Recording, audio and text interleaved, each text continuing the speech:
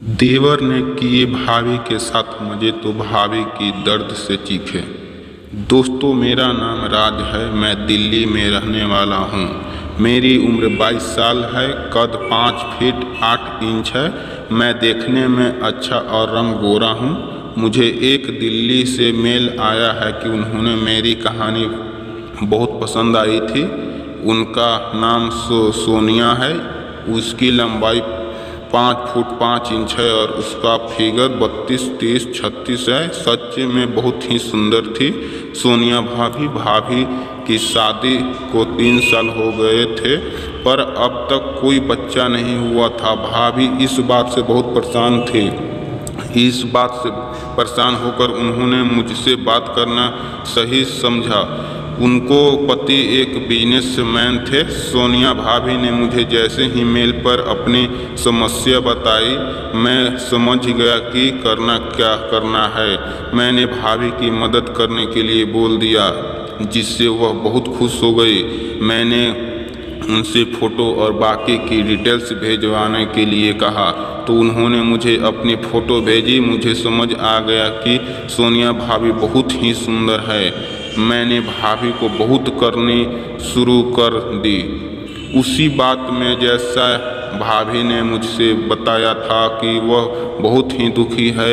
मेरे हस्बैंड कुछ करते तो हैं नहीं, ऊपर से झगड़ते करते रहते हैं और मैंने तस्करी रहती हूँ। मैंने उनसे पूछा, आपको मुझे ऐसा क्या देखा जो आपने मुझे ही चुना? भाभी कहने लगी कि मैंने नेट पे बहुत खोजबीन की, मगर मुझसे कोई पर भरोसा नहीं। फिर मैंने आपसे भी मैंने बात की।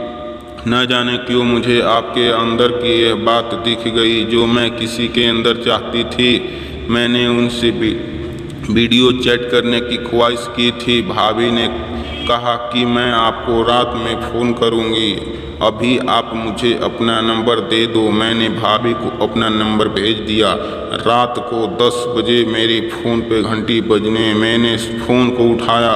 एक अनजान नंबर से कॉल आ रही थी।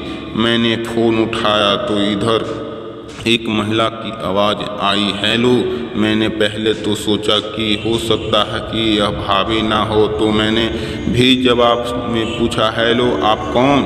भाभी ने सोनिया पहचानना।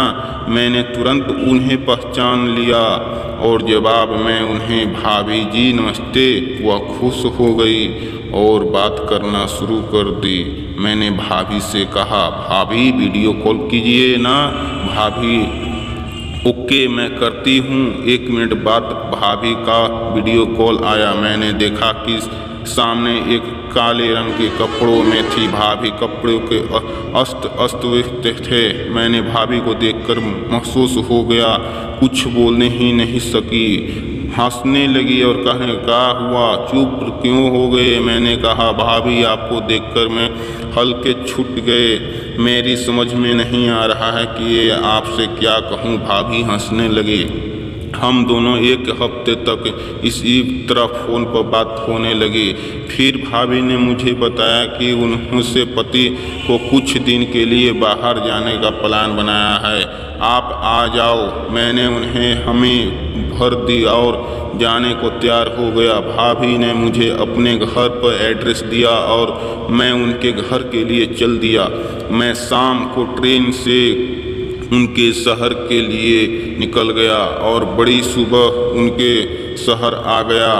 भाभी मेरे आने का इंतज़ार कर रही थी। ट्रेन आने जाने में मैंने भाभी को बताया तो भाभी खुद ही अपने कार से मुझे लेने आ गई थी। उनके घर जाते ही भाभी ने मेरा बहुत अच्छा स्वागत किया। चाय और नमकीन समोसा के साथ मेरे पास 7 इंच का समय था, तो 7 दिन का समय था। मैंने कुछ जल्दबाजी नहीं की, सब कुछ बहुत आराम से करने की सोची। मुझे भाभी ने एक रूम दिखाया और आराम करने को बोला। मैंने कुछ समय अकेले रहकर आराम किया। फिर 2 घंटे बाद भाभी जी ने मुझे जगाया और खाना खाने के लिए कहा, तो मैंने भाभी को खाना खाना गए। अब हम दोनों साथ बैठ गए। मैंने भाभी से बात करना शुरू कर दी, उसकी पसंद नापसंद और उनकी फ़ैंटेसी पूछी। भाभी ने मुस्कुराते हुए कहा, जैसे तुम चाहो। इसका जवाब भी वही बहुत ही नशीली अंदाज में दे रही थी। अब हम दोनों मन में एक दूसरे को प्यार पाने के लिए लालसा बहुत ज़्यादा होने लगी थी। मैंने सोनिया भाभी को बोला, आज से 7 दिन तक आप मेरी बीवी हो। मेरी इस आत्मविश्वास से भरी आवाज़ सुनकर भाभी खुश हो गई। इससे के बाद हम दोनों एक हो गए। सोनिया के मुंह में खुशी दिख रही थी। उन्होंने मुझे दूध और काजू बादाम खिलाने पर वह फिर आराम करने लगे। इसके बाद 7 दिन तक हम दोनों एक दूसरे को खूब प्यार किया और खूब मज़े किए। सोनिया भाभी इन 7 दिन में बहुत खुश हो गई थी। फिर जब मेरे